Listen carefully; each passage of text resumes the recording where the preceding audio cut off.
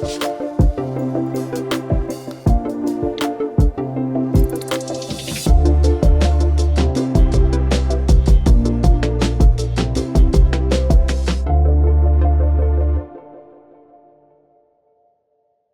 to How the World Works. This is a podcast where we talk about work. We talk to people about their jobs and jobs they've had and what role jobs have played in their life and the meaning of work more broadly in our society and our lives under the theory that it's more than just a paycheck, as nice as paychecks are. And if I was talking to my 4 little boys about jobs and I said, you can grow up and be a writer and think tech nerd like Papa and learn about stuff all day, or maybe you could go work on Wall Street and make a whole bunch of money, something like that. Or you could be a train conductor. They'd pick train conductor every time, I'm pretty sure. And our guest today is Jason Samuels of MXV Rail, who was a train conductor and now is a more senior leader at a major American rail company. Jason, welcome to How the World Works. Tell us about who you are and what you do. Hey, good morning. Thank you for having me. So my name is Jason Samuels. I'm the Director of Programs for MXV Rail in Pueblo, Colorado. And so we're kind of a wholly owned subsidiary of the Association of American Railroads, but we're really like a research and development and a testing facility for the industry here. I've been with this organization for about 3.5 years and worked in a couple of different positions during my tenure here with this company. But prior to that, I started my railroad career actually in train service, as you mentioned, as a conductor, and then in engine service, actually running trains. And then I got into operations management and did that for a number of years, worked as a federal regulator inspector for a number of years, did some stuff with unmanned aircraft systems and drones as it relates to the railroad business. And that kind of what brought me here into this current position. Well, not to get ahead of ourselves, but let's go ahead and do it anyway. I think a lot of people are probably curious about how unmanned aircraft and drones relate to the rail industry. So what's the connection? So it was kind of an interesting little transition for me career-wise. When that happened, I was working for the Federal Railroad Administration as what's called an operating practices inspector. So essentially anything that is human factor related in the operation and execution of railroad duties. And we were having questions come to us from both railroad personnel and from labor organization folks about the use of drones, unmanned aircraft systems in the railroad space for like official use for inspections and observations, things like that. And there really wasn't a great knowledge base in the regulatory space as far as how those two worlds kind of coalesced and came together. It just so happened I had an opportunity to do about a 6-month interagency exchange program with the FAA while I was with the FRA, and so I went over to the FAA's Unmanned Aircraft Systems Office and spent 6 months with those folks. Really got into a lot of regulatory language about operations beyond visual line of sight, operations at night, operations over people, things like that. And it was a really, really rewarding experience and great because I see a whole different side of the transportation business for one, but really take that knowledge back to the railroad side of the house and help those two things mesh together from a regulatory compliance perspective, but also from an operational efficiency perspective. There's a lot of things you can do with those unmanned systems, those automated systems, that it prevents you from having to put a person, a physical body at risk. You can put a machine there to do it instead. Sure. So it's kind of a no-brainer. But I sometimes call these segments "Talk to Me Like I'm Stupid." So let's start from the point of view of someone who doesn't know anything about this. So on a sort of daily basis, what are you using them for? To make sure trains are where they're supposed to be, or the tracks are in good shape, or? A lot of the stuff that they're using for right now is asset security and property protection. That's probably one of the most obvious uses for that type of technology in the space. But they are getting much more relevant in the infrastructure inspection process. So, things like bridges. They require very regular inspection. Excuse me. And it's important that we do that because those are important assets to our national infrastructure. But you put a person out there on an elevated platform, they're obviously over a big hole, whether it's a river piece of terrain where it's it's you have to put a bridge there to cover it. It puts a person at risk to do that. So if you can use this technology to take the place of putting that person at risk, it's hugely valuable. And the drones, the unmanned aircraft side of it is just one piece of it. There's all kinds of other automated, or onboard inspection technology that is even mounted on locomotives, or it's on high rail trucks that you see driving down tracks and things like that, where they're using high resolution cameras and ultrasonic lasers, all kinds of crazy stuff to evaluate the condition of the tracks and the structure. It's not the 19th century anymore, although I think we still think of trains that way sometimes. It's just the iron highway. But before we get on to all that, let's talk a little bit more about you and your personal story and kind of how you got into the place where you are. So I know that before the rail business, you had been in the Marine Corps, but I don't really know much about what you did before that. So where'd you grow up, and did you have summer jobs and stuff? What was your life like before the Marine Corps? Yeah, I was born in Saginaw, Michigan. Moved from Michigan to Kentucky when I was young. I was, I don't know, 9 years old. What part of Kentucky? Just outside of Louisville, little town called LaGrange. It's about 30, 40 minutes outside of Louisville, kind of towards Cincinnati way. But moved down there in the early 90s. I was saying I was 9 years old, I think, at the time. When I grew up there, that was home. Being a kid, mom was kind of a homemaker. Did some, various administrative type jobs. She actually met my stepdad. They worked together at the FBI. My stepdad was a white collar crimes guy for the FBI. Worked out of the Louisville field office. Grew up there. Started working pretty young. Of course, there's no shortage of farm labor around there, horse farms and tobacco and things like that. So I started summer jobs doing that about 10 or 12 years old, which, as a young man was a great gig, because you're outside, you're getting to do that kind of stuff. And whether it's mucking stalls or trimming fence rows or picking tobacco. And, for the most part, they paid about $10 an hour, and that was cash money back then too, as a kid. And in the early 90s, it was good jingle. So you're saying you think you might not have been entirely in compliance with your taxes? At 10 years old, I wasn't really thinking about it. But, like I said, my dad was he was an accountant by trade, and he did, white collar crime stuff for the FBI. So if he's listening, I'm sorry. Don't tell him. Yes, a scofflaw. Yeah. No, it's always, it's a curious thing to me how relatively well paid a lot of those jobs were at that time. So in the 90s, I remember for a period I worked or it might have been late 80s, but for the Coca-Cola bottling company, and I just shoveled ice into a hole was my job. Yep. And at the time, I want to say minimum wage was like $3.15 or $3.35 or something like that. And I think they paid me $10 an hour, similar, kind of wage to that. In fact, the first piece I ever wrote for National Review, where I was a writer for a long time, was about the curious fact that in spite of having what a lot of people would think of as pretty humble jobs, I worked at Burger King and 7-Eleven and things like that, but I never made minimum wage. I was never even once offered minimum wage, as far as I can recall. So you are picking tobacco and mucking stalls and doing difficult work, but you enjoy it because you're a youngster and youngsters like doing things. What comes next? I got my first actual probably paycheck job when I was 15. That's when we could start driving there. At least when I lived there in Kentucky, that's when we could start driving. And I got a paycheck job, worked at a print shop.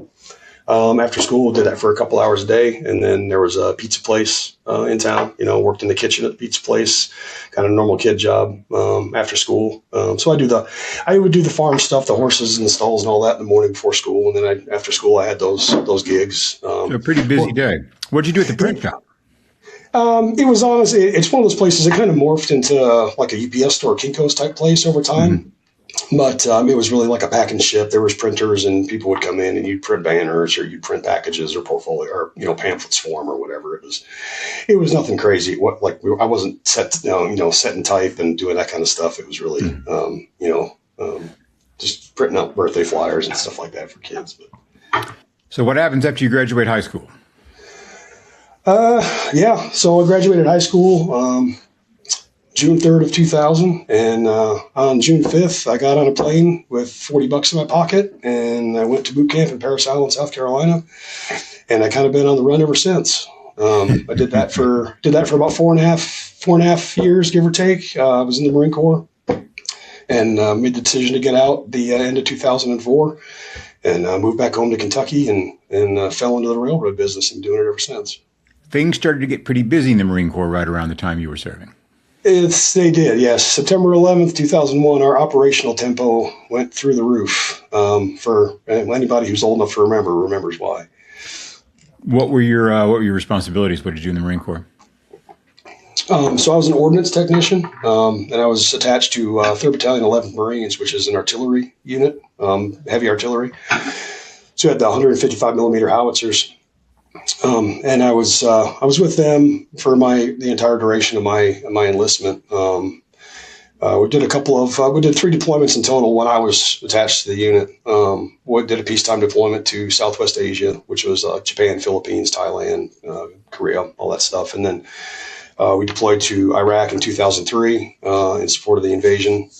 Then came back to California for about 3 months, and then went right back in 2004 and was in Ramadi, Fallujah in 2004. We went back in 2004 as a rifle company. We didn't take our big guns with us, but we did convoy escorts, quick response, stuff like that for other folks in the area. Was it disappointing to leave the big guns behind? Yeah, a little bit. It's it definitely sets the tone when you roll into some place with that kind of hardware. It's a different conversation. But yeah, no, it was the tour in 2004 was kind of a rough one for a lot of folks that were over there. There was a lot going on, and I had a wife and a young son at the time, and I kind of realized that we were in the middle of a particularly rough day where we had some, engagement going on, and my mind was wandering back to stuff at home, not where I was presently at. So that was kind of my clue that it was maybe time to transition to something different, because you want to be definitely present fully in that type of environment and paying attention to what's going on. Yeah, that's not one of those jobs where you accidentally reply all to an email, and that's the worst thing you did that day. No, yeah, that's different. So, how did you fall into doing rail work? Honestly, I literally fell into it. I got out of the Marine Corps, and I had a couple of months of leave saved up because I'd been on the road so much I didn't have a chance to really use it. So I got out. I moved back home to Kentucky, and I didn't really have a plan. Again, I had a wife and a young kid at the time, and I really didn't have a solid plan. I kind of looked at law enforcement, the Louisville Police Department and some other things, but the entry level wage for a single guy is probably not terrible, but if you've got a young family, it's a little bit hard to support. And I happened to have a brother-in-law at the time who was actually a locomotive engineer for Norfolk Southern Railroad, and he just mentioned to me one day in passing, he's like, "Oh, well, they're having a hiring session. You should go down and check it out and see what they have to say." And this was back in the day when they ran open sessions. So now they've kind of refined the process a little bit. At least the big railroads do, where they actually post a job and you send in an application and a resume, and then they send you an invitation for an interview. Back then, they would just go and rent out like a ballroom at a conference center and put an ad in the newspaper and say, "We're hiring this day and time, show up." And they'd have, I think we had 400 or 500 people show up that day and they were hiring for 6 positions. Walked in and went through the process, and luckily one of the hiring managers that was on the panel at the time was actually a prior service Navy corpsman. And we love our docs in the Marine Corps. We love docs, you take care of them. But it was kind of got my foot in the door, and they offered me a job that day, and it's took off. So, what was your first job? So the first position with the railroads, again with Norfolk Southern, I got hired in for what they call train service, and you come into that particular craft. You come in as a conductor. So most of the large railroads, NSCSX, UP, BNSF, CPKC, they have like schools, in-house schools where they take and give people internal training. So went down to McDonough, Georgia for Norfolk Southern and did 2 weeks of onboarding training. And it's really just more or less, it's, conductor 101 stuff. It's okay, this is how you do these things and not murder yourself while you're doing it. What's the first thing they teach you in Conductor 101? Conductor 101, stay away from the tracks. Like if you don't have a reason to be in between something, whether it's the rails or the equipment, don't put yourself there. Make sure you're as far away as you can be. You know, give yourself plenty of clearance. Yeah, I did the school and then went back to Louisville and did about 4.5, 5 months of like on the job training, working with just training with qualified employees. And I was really lucky in that regard. One of my very first training assignment when I got back was on what they call a road local. So it would go out one day and stay in a hotel and then come back the next day. And you made that cycle twice a week. So day out, day back, day out, day back. And they serviced all the industries on that particular section of track. But it had three crewmen on it, which was odd. Usually the freight trains typically have two, a locomotive engineer, a conductor. But this one, because of the nature of all the moving around that they were doing, they had three guys on it. And between the three of them, they had about 80, 85 years of experience doing the kind of work. So learned a lot from those guys. They rode me hard, and they had me do a lot of the heavy lifting for them while I was there, but learned a lot from them. And I was able to glean a lot of knowledge from them because they've been living it for 30 years, What did you find surprising about your early days of working in the railroad? What was something that hadn't been the way you expected it to be? Well, I think it's probably the same for just about any kind of job or career that you're not directly connected to, but just the level of complexity that goes into making it happen. And you kind of alluded to it at the beginning of our conversation is, you see trains all the time, but I had never thought about that as a career option. Like I've never thought about what makes that work. How does that happen? And just all the stuff that was going on behind the scenes to make it work was really incredibly surprising for me. All these very specialized teams of people who come together to accomplish this, very specific mission. And I think part of that's why it was appealing to me, because it was very familiar to the military structure, the way. Can you give me an example of one of those specialized teams? Yeah. So you've got we've already kind of talked about like what I did. I was in transportation operations, a train crew. You have your track department, your engineering department folks, and those are the guys who build and maintain the actual tracks themselves. Then you've got your mechanical folks. The mechanical folks maintain the rolling stock, the rail cars, the locomotives. That's their job, and there's specialties within those departments. Within the track department, you've got machine operators, you've got guys who are laborers, you have, speed swing operators and trip machine operators and tamper operators. And these folks have very, very focused, specialized skills. And you put that team together and they accomplish that task. But you've got your operations, track, mechanical, you have your dispatchers, you have your, and all the folks in the background, your marketing, your business development, your legal folks, your industrial development folks, all these specialized teams of people. On the face of it, you wouldn't think of that. When you think of railroad, you wouldn't think of a lot of those things. I mean, mechanical makes sense, but you don't really think about marketing or industrial development and stuff like that when you think about it as a whole. Because like I said, I grew up my whole life. My grandfather retired from the railroad. And I'd never considered it as a career option. It never was a thing that I thought of. Yeah. I spent a good deal, some of the first part of my career working at a newspaper in India.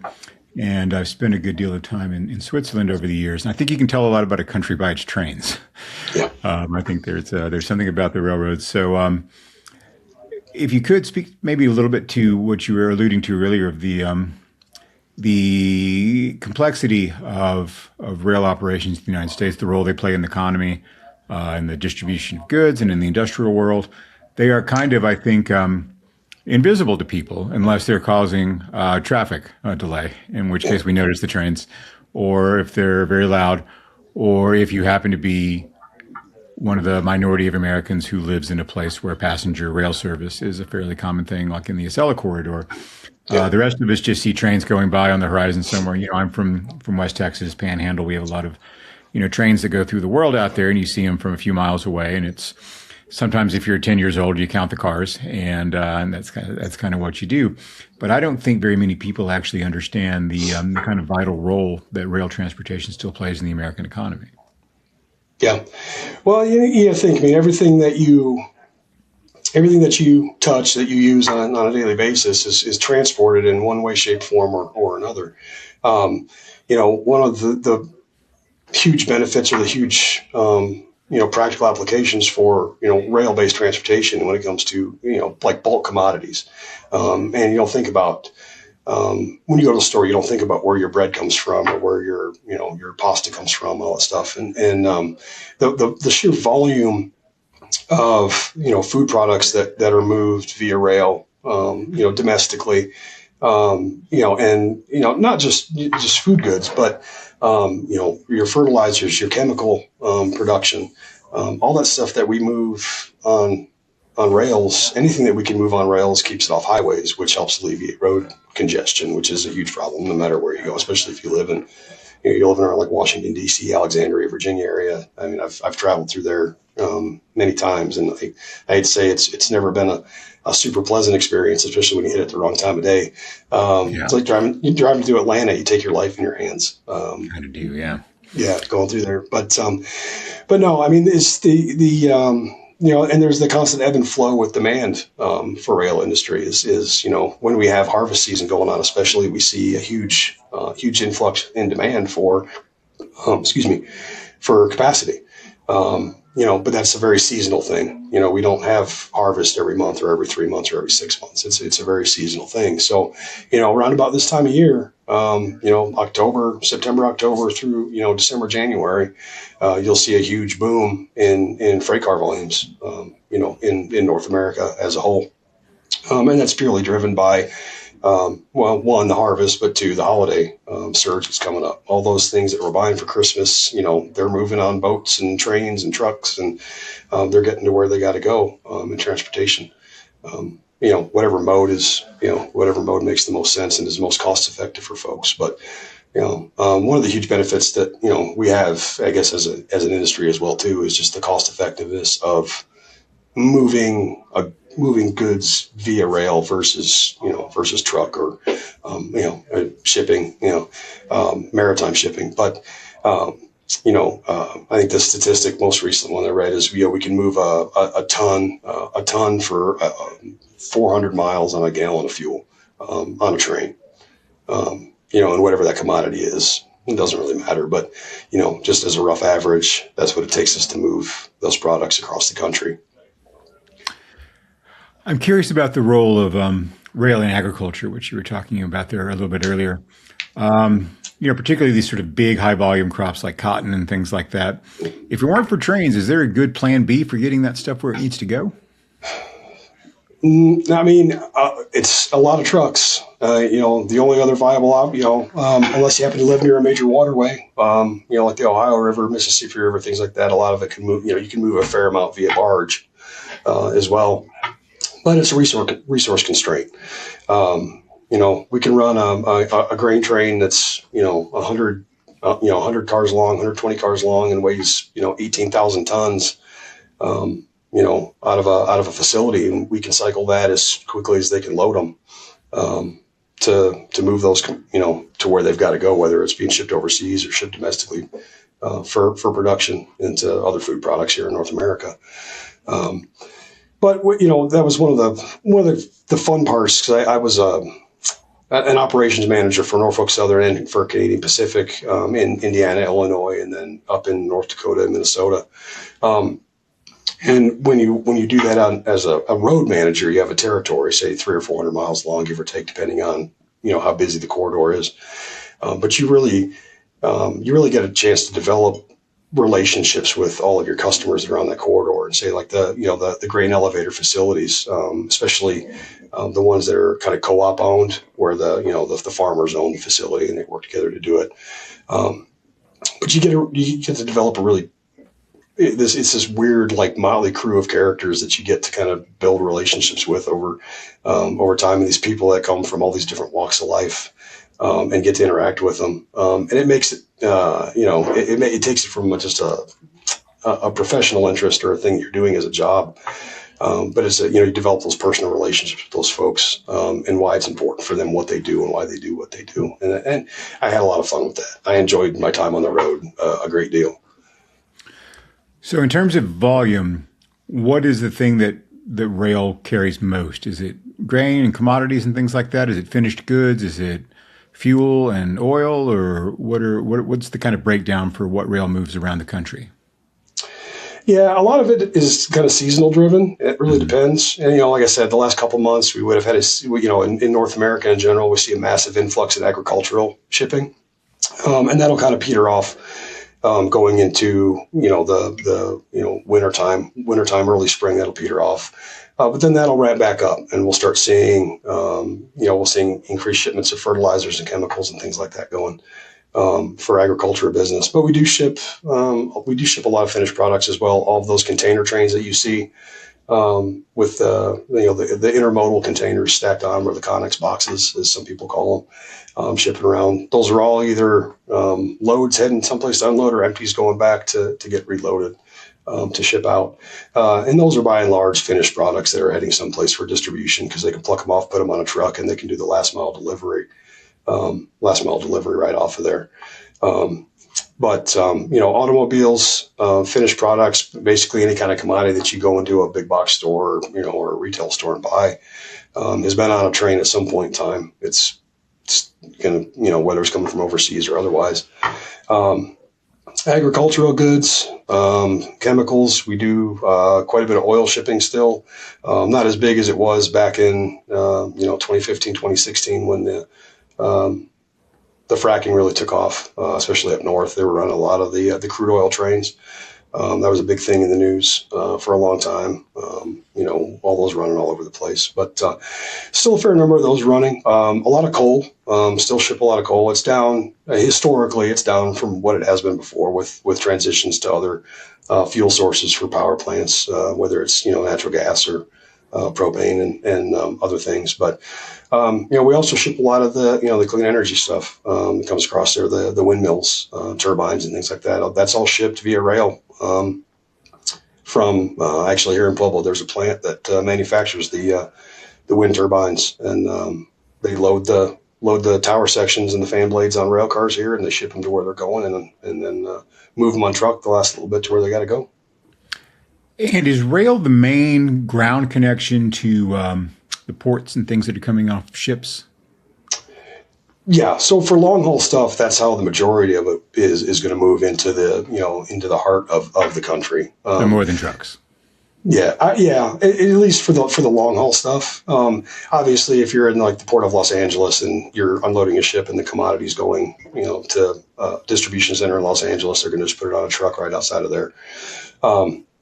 But the rail service is as far as the long haul, and that's one of the things. A lot of the railroads have operating agreements with each other for what they kind of almost consider like hotshot service from one coast to the other, and they'll run those intermodal trains from Los Angeles to Savannah, Georgia, or vice versa, cross country. But given the way that the carriers themselves are laid out, geographically speaking, there's not one that can go from coast to coast, east to west on their own property, at least for right now. I see. And what are those relationships like, with, say, the Port of Los Angeles? I mean, I've actually spent some time out there in San Pedro and kind of learned a little bit about how that port operates. And it's just, as I'm sure you know, and just mind-bendingly complicated and sophisticated operation of getting stuff through there. And then, I just I know there are trains that connect to it, but that's all I really know about it from there. Yeah. This has got to be logistically a really, really hairy challenge to figure out, what's coming from Shanghai via what ship, coming into what port, going onto what train to get onto what truck. How does that all work? Yeah. I've never actually worked in a port facility. I managed to avoid that, thankfully. The closest I came was running the hump yard in St. Paul, Minnesota for Canadian Pacific Railroad when I worked for them. And we directly interchanged with 3 other railroads right out of that property. But the level of communication and coordination that goes into it is mind-boggling. And you're looking at what's coming at you, days, weeks, months in advance, as far as carloads or commodity requirements or volume requirements from customers, and planning to get those assets in place well ahead of time. It's definitely not the kind of thing that you figure out at the spur of the moment. You're definitely not going to just make it work. But that's where your other folks come into play too. Your industrial development, your marketing folks, and your business development teams. They come in and they have those hard conversations up front with those customers and clients. And make sure you have a solid understanding of what it is that they need. And then it really is just, like I said, as an operations manager, your job is really to kind of choreograph the dance in the field. Is take that plan from paper to practical application. And a lot of days it really comes down to just figuring out a way to make it work. I'd like to hear a little more about that choreography. So, if I've got a piece of furniture that's coming out of a factory in China and ultimately it's going to an IKEA in Orlando, and at some point it's going to be on a boat, on some point it's going to be on a train, at some point it's going to be on a truck, at some point it's going to be in the IKEA. How does anyone know where it is and what its next step is? Yeah. So all that information, like internally from carrier to carrier, whether it's truck to rail or railroad to railroad, vice versa, you'll have access to that shipping information, and you'll be able to see like what the commodity is, where it's originating from, where its destination is. And are we talking about like barcode scanning individual items, or it's part of a shipment that's in a particular container and we know where that container is, or what's the level that it's marked at? Correct. So for our purposes, it really would be on a manifest in a container, whether that's a rail car or an intermodal container. It's going to be like, we're not going to stop, in the middle of Tennessee somewhere and open up a Connex box and pull somebody's dresser out and, set it beside the tractor for them to come get, right? That's not how it's going to work on our end. The last mile stuff is another thing. But so you're having to take it on someone's word that what's supposed to be in the container is in the container. Correct. Yeah. And depending on where you're at, like when I worked for Canadian Pacific, I was up in North Dakota for a while. And we would do pretty consistent inspections with customs folks.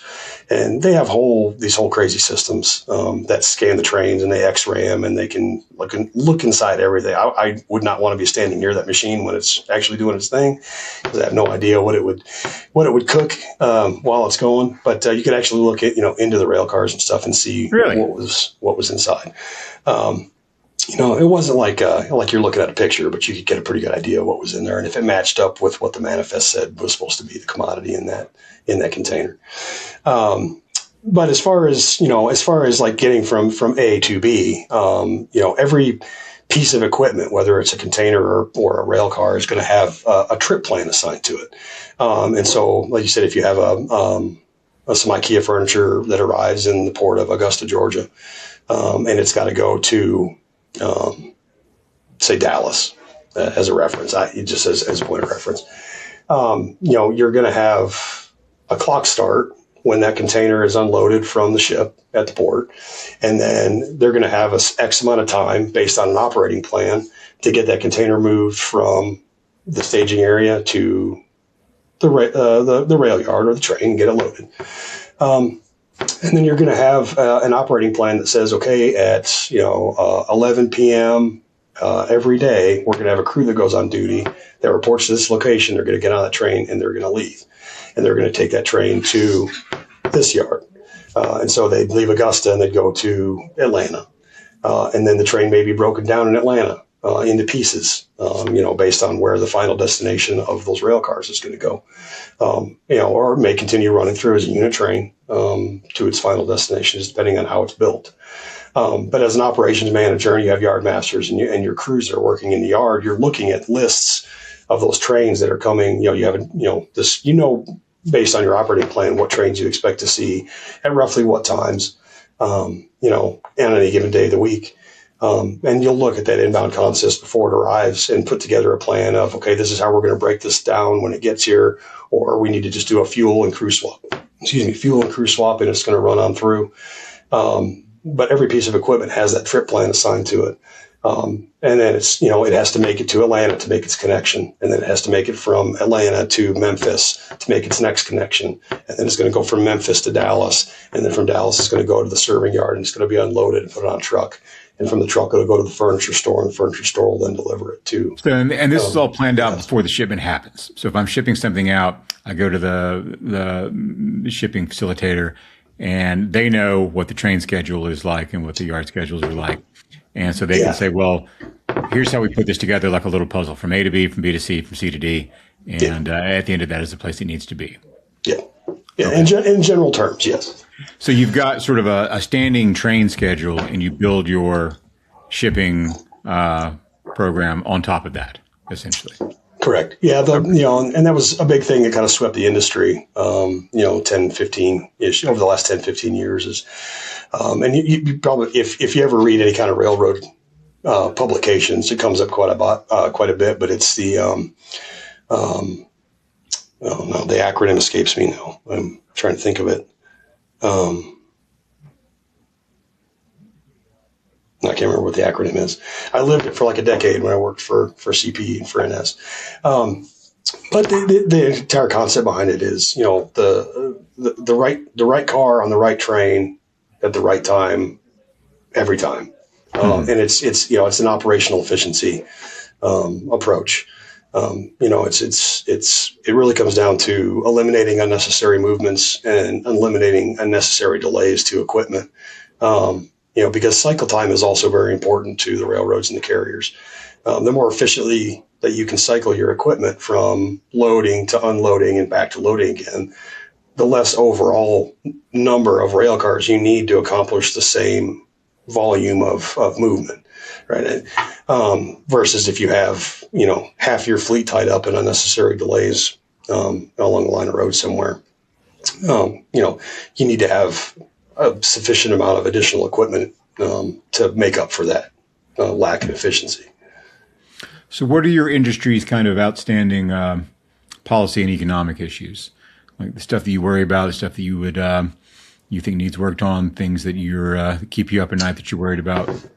Yeah, I think at least me individually, my personal opinion, the big stuff that I'm excited about is the technological advances that are coming down the pipe that are going to allow us to increase not only operational efficiencies but safety. And I've been of the opinion for most of my professional career doing this work that safety and efficiency are two sides of the same coin.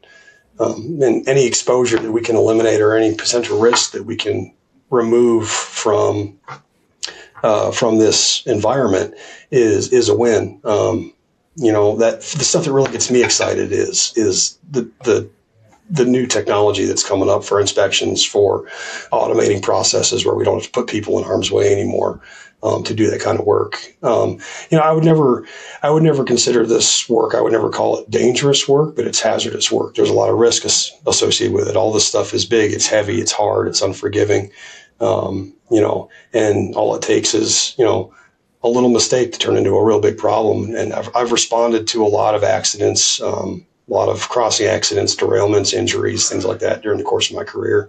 And I've investigated a lot of them as well after the fact. And that's the kind of stuff that really sticks with me, at least as an individual. And I get real excited about the possibility, the potential, and the opportunity to make that better. Can you give me maybe some concrete examples of ways in which you think that that would play out?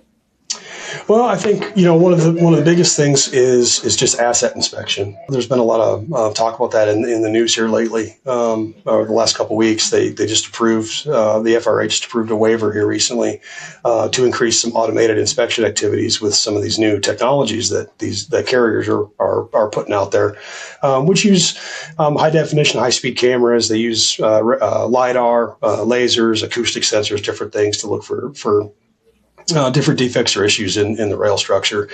And that's actually some of the stuff that we luckily enough, we get to test here at MXB Rail in the nature of the work that we do. Oftentimes, very early on in the development of those products, but we get to play with them. Find out how they work, how they don't work, give feedback to the companies that are producing them. And then have them come back with version 2.0 and kind of go from there. But derailments, you see railroad derailments on the news, especially the big ones. They get a lot of media attention. It's a very high profile incident, and we do a lot of inspections now for those particular assets using technology. There's specialized rail cars and some other pieces of equipment that have geometry systems on them and cameras and sensors and stuff like that. And they use a fair amount of those for inspections, but it's not something that crosses tracks every day. So the kind of the go-to inspection protocol historically has been a track inspector in a high rail truck who's patrolling his territory, and he's stopping and he's looking at switches and he's inspecting rail, and he's visually inspecting that territory.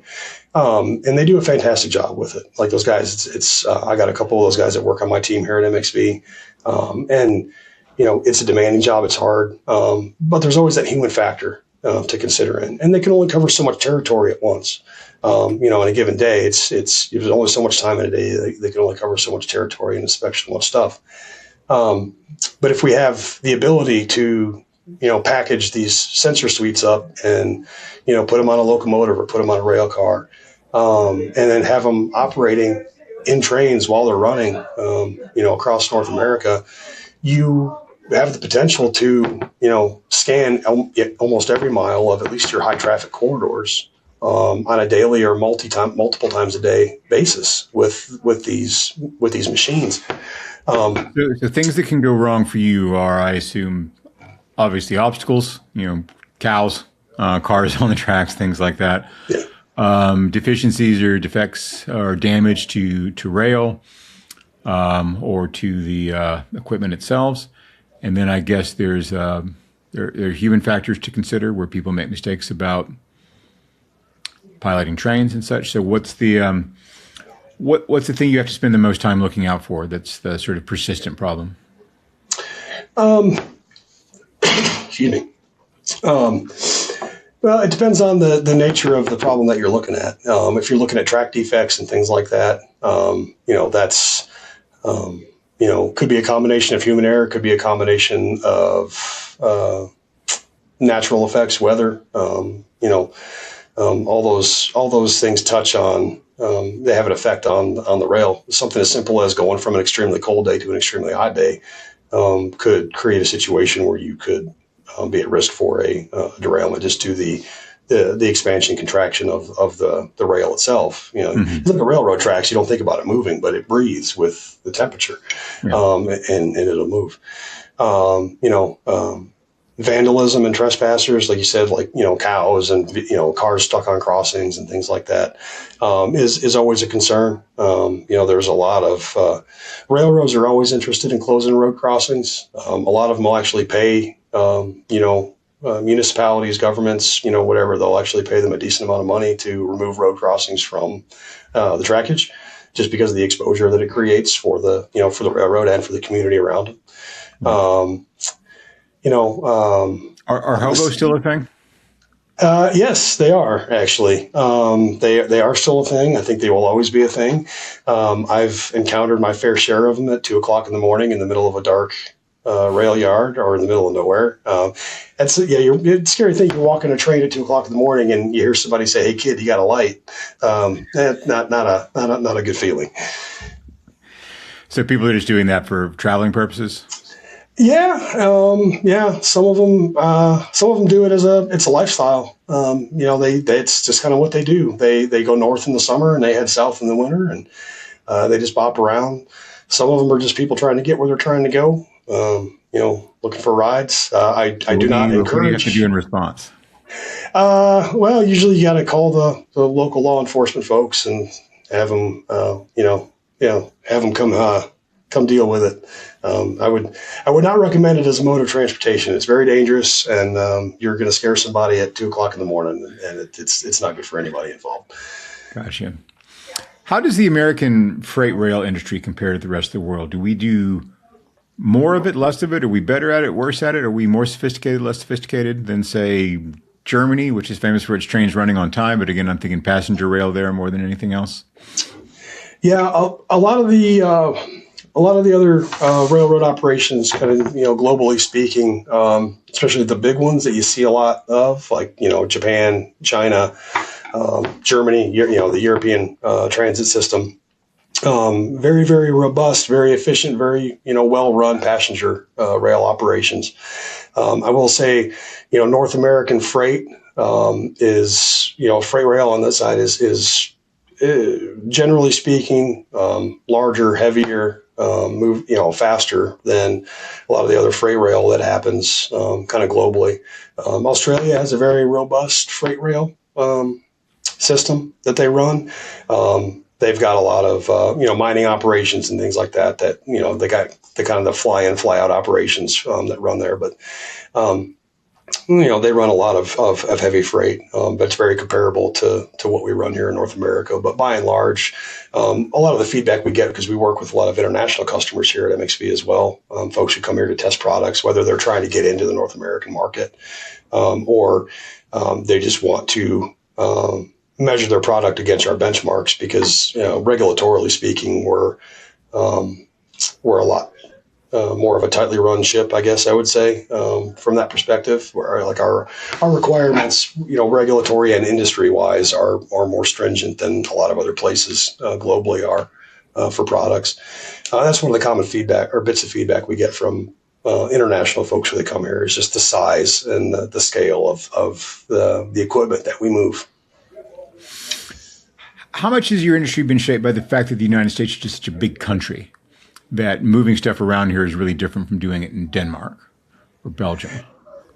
Yeah, I think, well, and you said like the Intercontinental Railroad was such a big deal, back when that happened, and I couldn't even tell you what the date is. Which is a shame on me. I should know that off the top of my head, being that I've been doing this for so long. But there's, I think that's a huge catalyst for why it, freight rail one even, became a big thing, back before we had automobiles and planes and all this other stuff, but why it still is in such high demand, for moving goods. It's just the fact that we can move so much, so far, in such a cost effective manner compared to the other modes of transportation that are available.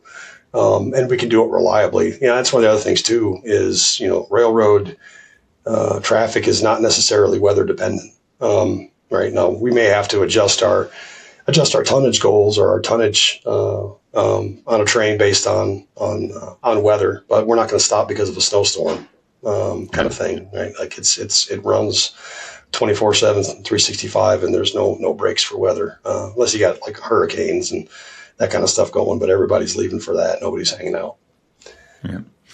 One of my most controversial opinions, and I won't necessarily ask you to weigh in on it, but I write about it about once a year or so, is that building the interstate highway system was a mistake, that we had a perfectly fine rail system before that, and it ended up just being basically a subsidy for urban sprawl and things like that. But I wonder if you guys don't sometimes look around and say, man, we spend a lot of money on highways. Yeah.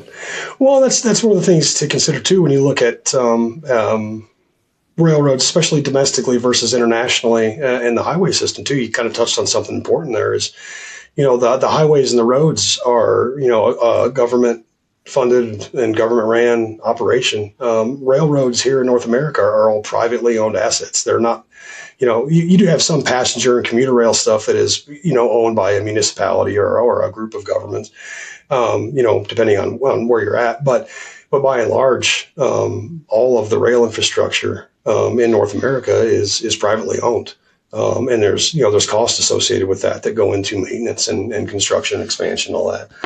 It's not run as a government program. Yeah.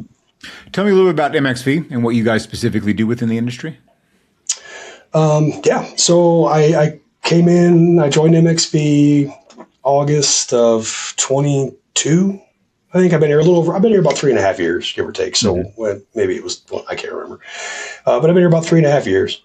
And I knew about this place for a long time before I came to work here.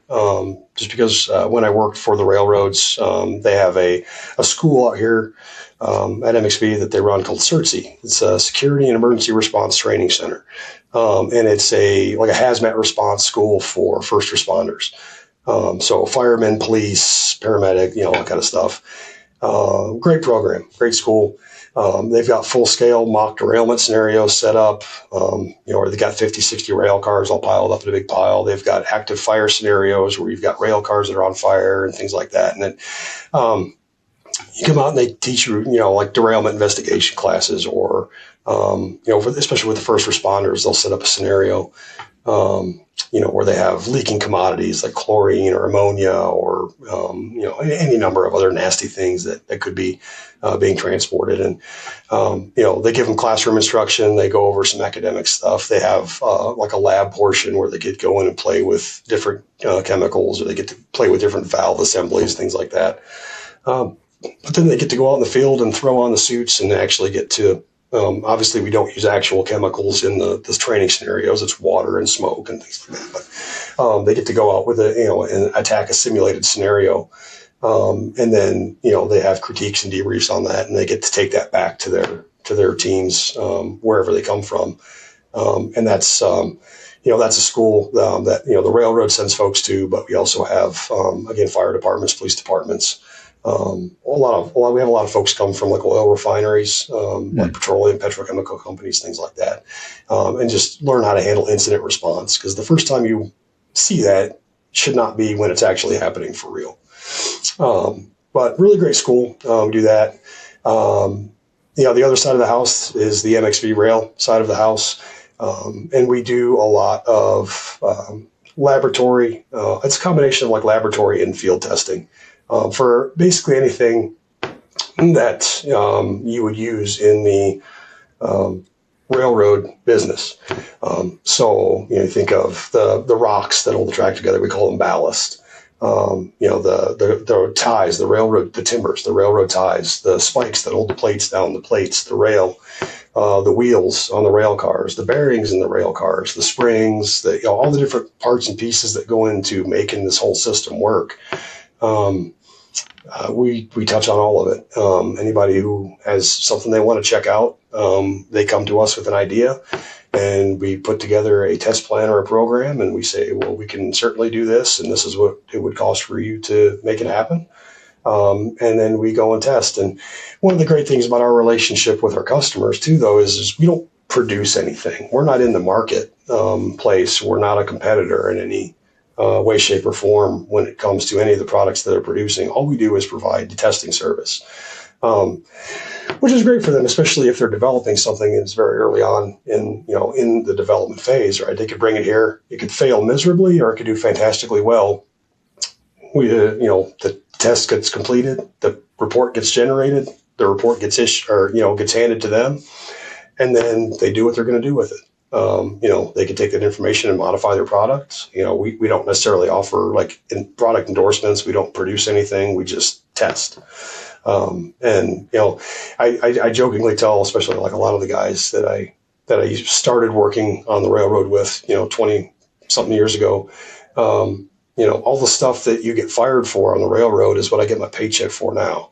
Right. Like I get to crash things on purpose. I get to derail things on purpose. I get to speed. I get to do all the fun stuff that you could never do on the railroad.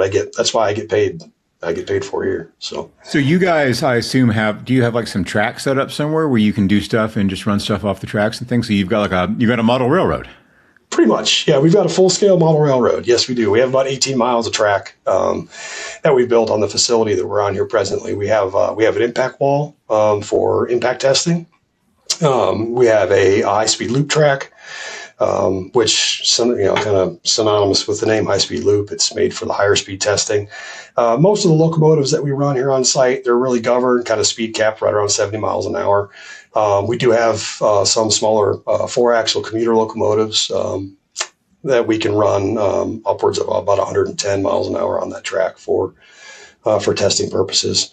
We have a curving performance track on our site, which again, synonymous with the name, it goes from 3-degree to 12-degree curve.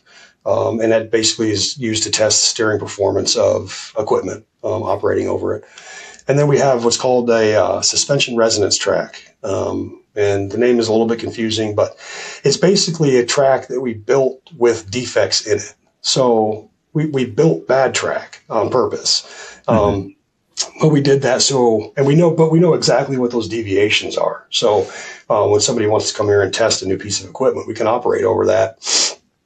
And we don't share with them what those deviations are, so they don't know what that is going into it ahead of time. All they know is that it's a specification that's defined by the Association of American Railroads, and it's within those specifications, but they don't know exactly what those perturbations or those defect zones look like. So we can operate over that at 70 miles an hour, and that again is to affect this, test the steering and the handling capability of the equipment. And then so which of those do you really look forward to in the morning when you're having your coffee and you're like, I get to run some train off the track today, or I get to run something into the wall? That all sounds like fun. Honestly, it's always something different every other day. And like I said, I really enjoy working here and the work that we do, but it is always something different. And I'm in much more of an administrative function now than I was when I first came here 3.5 years ago. I do a lot more of the test and program development and the customer coordination and the scheduling. I do a lot of managing calendars. In my current role. And it's not nearly really as much fun as blowing stuff up. It's not nearly as much fun. But one of the bright sides to that is if I have a light day on meetings and there's something cool going on, I can go out and say, get out of the seat. I'm doing this today. But it's also when it's one of those days, if the weather's not great, I don't want to be outside. I can be like, I'm going to go. I got some meetings I got to attend to. I'm going to go into the office. So gotcha. So if I'm 16 years old and I kind of don't know what I want to do with my life, but I have an idea that I might want to work in railroads and in your industry, what should I be doing? What should I be thinking about? What would you advise me? Well, I would definitely try and find somebody if you're interested in the business, if you're interested in it as a career. And a lot of the folks that are interested in it, it's a kind of a family affair, right? Like they have a brother or dad, an uncle, somebody who does it. And historically speaking, it really has kind of been a family type business, right? It's what grandpa did. It's what dad did. It's what I'm going to do. And that's changed a bit over the last 10, 15 years, a little bit. But, find somebody who's doing it and talk to them, because this is definitely one of the careers. It's been great to me. Like I said, I got on a plane when I was 18. I had $40 in my pocket. And I'm here now. I do very well for myself. My family's never wanted for anything. But it's one of those jobs, one of those careers where it's a lifestyle as well. Especially if you are in like the operations side of the house where you're running trains or you're building track or you're fixing equipment. Your 18, 20-hour days are not outside of the norm. And sometimes that's months on end, depending on how busy business is. A lot of 80, 100-hour weeks. It's a demanding job, but it's a fantastic career. You've just got to be okay with that, with that sacrifice and with those certain things that you're going to have to give up, to have it. Yeah. Well, we're getting up on your time here. Do you have any closing thoughts, things you'd like to share with the listeners and viewers here, things they don't know about the business they ought to know about, or any particular ending insights?